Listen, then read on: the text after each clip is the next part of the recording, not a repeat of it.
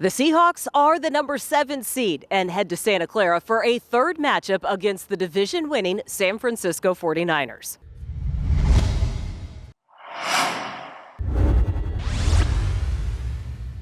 Hello, 12s. I'm Jen Mueller with a preview of Saturday's Wild Card game. And you might remember that San Francisco had the upper hand against Seattle in both regular season games, and it does not get any easier this week. It's a terrific matchup. You know, you played a team that's this good and in your division and with this much familiarity. This is really a chess match in a lot of ways for the coaches. It's just ball for the players, but a lot of respect for who we're playing and how they've done in their season and the guys they have on their team and what they've accomplished. The 49ers won 10 straight games to close out the regular season, including a Week 15 game against the Hawks on Thursday night. Seattle had their chances, but a costly turnover and 2 explosive plays doomed the Hawks. George Kittle scored on a 54-yard play, and Jordan Mason ran for 55 yards with about a minute to go to seal the win. The big thing that stuck out was to see the explosive plays. Obviously, the trick play they had with Kittle in the middle of the field and the big 7-cut pass, and then obviously the big run at the end of the game in the 4-minute drill. So there was a lot of positive things that we did, but obviously some big plays that we don't want to give up, and we don't want to do that. But it's an explosive offense, a talented offense, so we got a work cut out for us. There is something to be said for the familiarity in facing a team 3 times in a season, but that only goes so far when facing a Kyle Shanahan coached team. The one thing to understand is with Kyle, one of the very best, if not best, play callers in the game. So he's never going to give you, he may run the same play, but it's not going to look the same even through 2 games. He's going to find different ways to get to it, to get your eyes redirected on something else. They're such a good team and they're so well schemed that they really do tax the opponent. They do it in many ways, and that was that week. You know, there'll be something else this time around that we have to deal with, you know, and so we know that and anticipate it. And sometimes they get us, sometimes we get them, but I say that, you know, about the chess match thing because I have so much respect for, you know, for what Cal does and their whole style of play and all that they've developed over the years. So I mean, it's going to be a good challenge. Here's what they don't want to see. Brock Purdy putting up the type of numbers that he has over the last month. In 5 starts, he's thrown 13 touchdown passes and just 2 interceptions. San Fran went from scoring just over 22 points a game to 33 during that stretch. The Niners finished the regular season as the 5th best offense in terms of total yards. It doesn't seem like he's got the rookie learning curve to deal with, you know, and he obviously is getting coached really well, but he's taken to it and he's utilizing the guys around him. You know, he's got a terrific cast around him.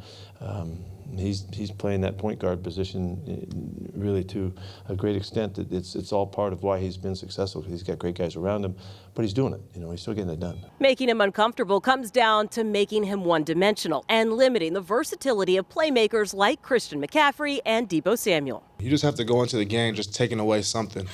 And for us, it's going to be the run game. You know, that's still been our Achilles heel.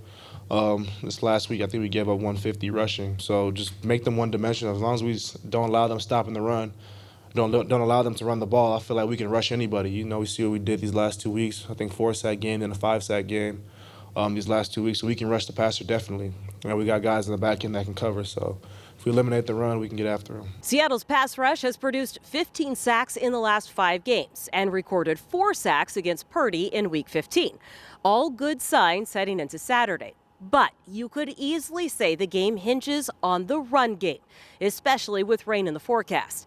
Seattle's defense allowed 184 rushing yards in Week 2 and 170 in Week 15, while posting 2 of their lowest rushing totals of the season in those matchups, just 36 and 70 yards respectively. Their front seven's as good as it gets, you know, starting with the front 4, the way they aggressively attack the line of scrimmage, doing a great job of disrupting the flow of the offensive line, and then, you know, whether in their 4-3 personnel with the 3 linebackers playing great, or they've got, you know, in their nickel personnel where they got the DBs drop down in there, they seem to always have that good, sound defensive front where they got all gaps accounted for, and they run and chase the football as good as anyone in the NFL. We're in 2nd and longs and 3rd and longs, and that's not a recipe, you know, for winning football for us. So just making sure that we're efficient. The run game and the passing game's got to be efficient, and that'll help us stay on the field longer to have more rush attempts and to be more effective in the run game. There's also the matter of facing the stingiest defense in the league.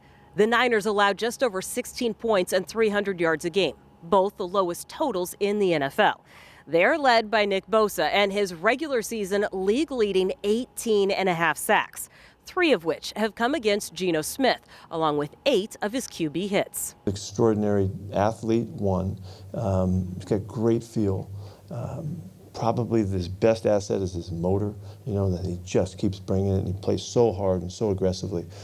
So you put that together, you got, he's a monster of a guy to deal with. He's a great player, and they have a bunch of guys on that front seven, but I trust my guys. I really trust my guys. I know they're going to come ready to play as they've always have, and I'm going to sit back there with a firm back foot and count on those guys to do what they do. It's easy to think a team could or would press against that potential pressure. I don't think you should ever press on offense, in any game, whether it be the 49ers or, you're playing Pee-wee. Just go out there and just run your plays and do your own thing. And at the end of the day, they still have to stop you on offense, not the other way around. Seattle, meanwhile, has found more consistency in the running game, rushing for over 130 yards in each of the last regular season games, courtesy of Kenneth Walker III. He has gone over the 100-yard mark in each of those contests. Ken is a special back. He has unique traits, his explosiveness, his vision. He's got the clutch factor. You watch all those games where the game's close, it seems like he gets better. He's strong, he's a physical back. To not be the biggest guy, he's extremely physical. And so, as you've seen, he's been getting better and better each week. At the end of the day, regular season stats won't dictate the outcome, and it will take great effort in all 3 phases to top a division rival. We're going to have to really play really connected football. We're going to have to do it all. We're going to have to run the football. We have to take care of the ball. We're going to have to eliminate the big plays on the defensive side and give our guys a chance to rush the pass rush so we can see the pass rush that we've been seeing last month or so and throughout the season. And how about this note? For the 3rd time this season, Seattle will be playing the Niners on a short week. Kickoff is set for 1:30 on Saturday. You can watch that game on Fox 13 or listen on the Seahawks Radio Network.